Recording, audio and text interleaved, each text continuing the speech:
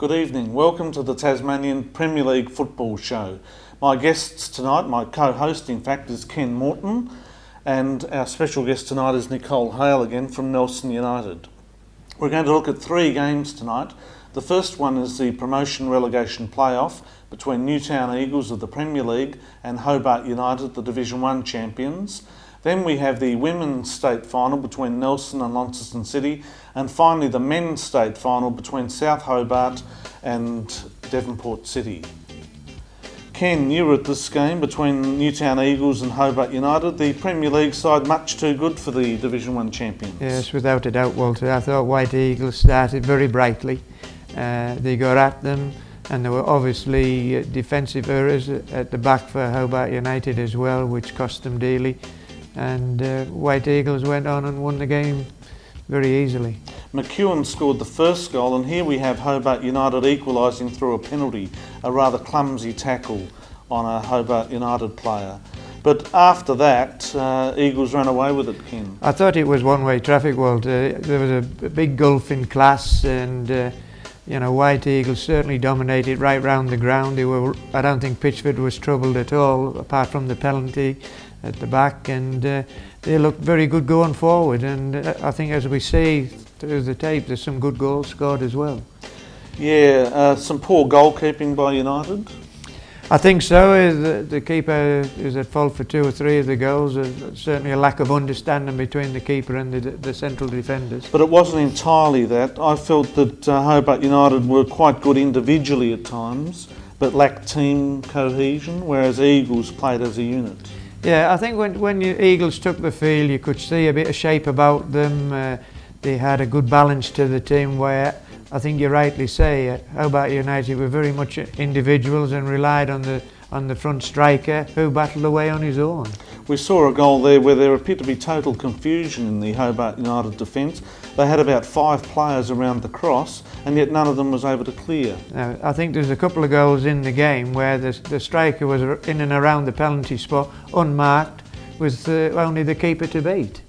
As you say, just too slack. You've got to get tight in and around that 6-yard box. And Akul Guot, who has scored a lot of goals in Division 1, he wasn't given the space all the time.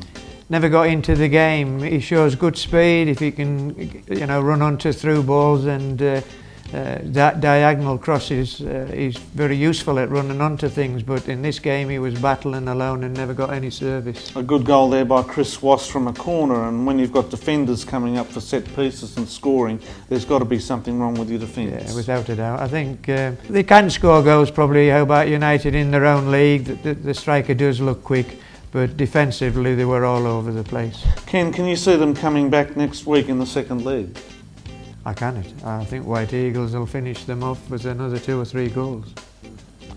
So they must win at least 4-0 to win on the away goals rule, but I can't really see them doing that.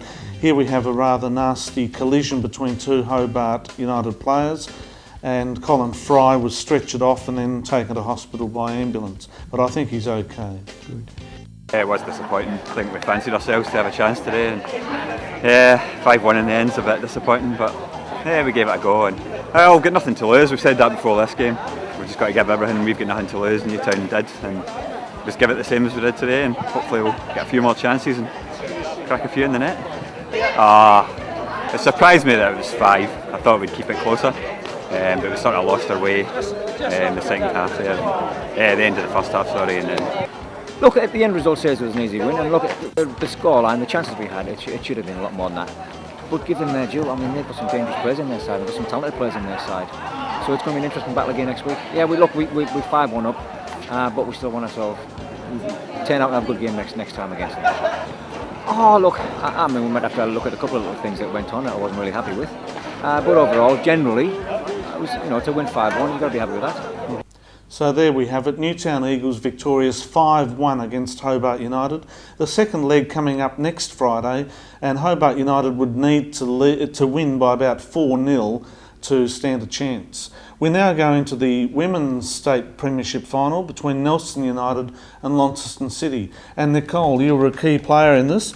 A remarkable reversal of form from the previous week. Yeah, we were very thankful to come back from a 4-1 loss to University in the knockout final, which I think was a good thing for us having a loss because it made us even more hungry to win the state premiership.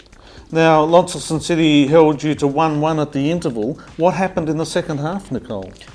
We realised as a team and as a unit that we had to step up a few gears. Most of us girls won't be playing together again next year, so for us it was our last game together as a team and we want to put in a good performance. Why is that? We've got players like Lauren Barnes, who's accepted a scholarship at America, so she'll be travelling overseas next year.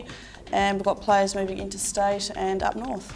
Vanessa Johnson looked prominent there. Vanessa Johnson, also Emily Parker, were very talented and skillful in the midfield. They dominated and set up most of our plays going forward. And Bliss Cantrell came up with 2 goals. 2 goals, yes. Good comeback for Bliss from last week. She didn't put in her best performance last week, so she was very happy after the game. We just saw Chelsea Smith score there. She scored an incredible 62 goals in the league up north. Yeah, I think it's a big difference. Obviously with the teams up north, they're probably not as strong, so Launceston City found it very easy, and then to come into a game where the defence was put under pressure, it made it harder for them, and obviously Chelsea didn't get the service that she was used to getting. And City have scored, over 100 goals this season and only conceded half a dozen or so? Yeah, they've scored about 146 goals, I think it was, and conceded 6. And I think for them to score, or to cop 5 goals was quite outstanding for them. So even though there's a difference in standard, it's still a very, very good result for your team, Nicole. Oh yeah, very happy, very happy. So how many trophies have you won this year? We've won 3 trophies this year. The only one that we missed out on was the Knockout Cup last week. So is this the end of the season for your team? For our team, yes, it's our last game, but I'm sure a few of our players will be selected in the North-South series. What were you thinking there, Nicole? You went in pretty hard on that goalkeeper. Had my eyes on the ball the whole time, Walter. Fortunately, no one was injured. And an own goal there by City to round off the scoring. That made it 5-1. 5-1. Very happy. There's Bliss Cantrell having a shot, which was parried by the goalkeeper. Could have been a hat-trick for her. Could have been. And there it is that right? No, she only scored 2. Oh, okay. Yeah. That's her second goal. City quite physical at times, Nicole. It was probably our most physical game of the year, actually, Walter. It wasn't only physical, verbally as well. A lot of our girls aren't used to that. So, I mean, we gave it back just as good as we got, but obviously the scoreline showed.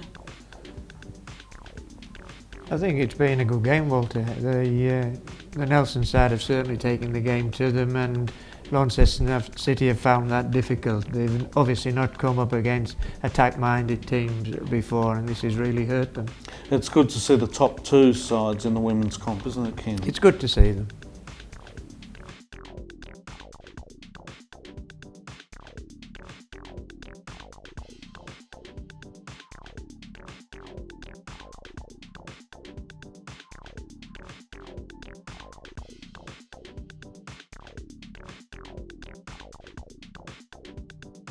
After last week, we bounced back really well. It was a top effort today. We're the best team on the day, and 3 out of 4 trophies and run up in 1. That's not too bad at all.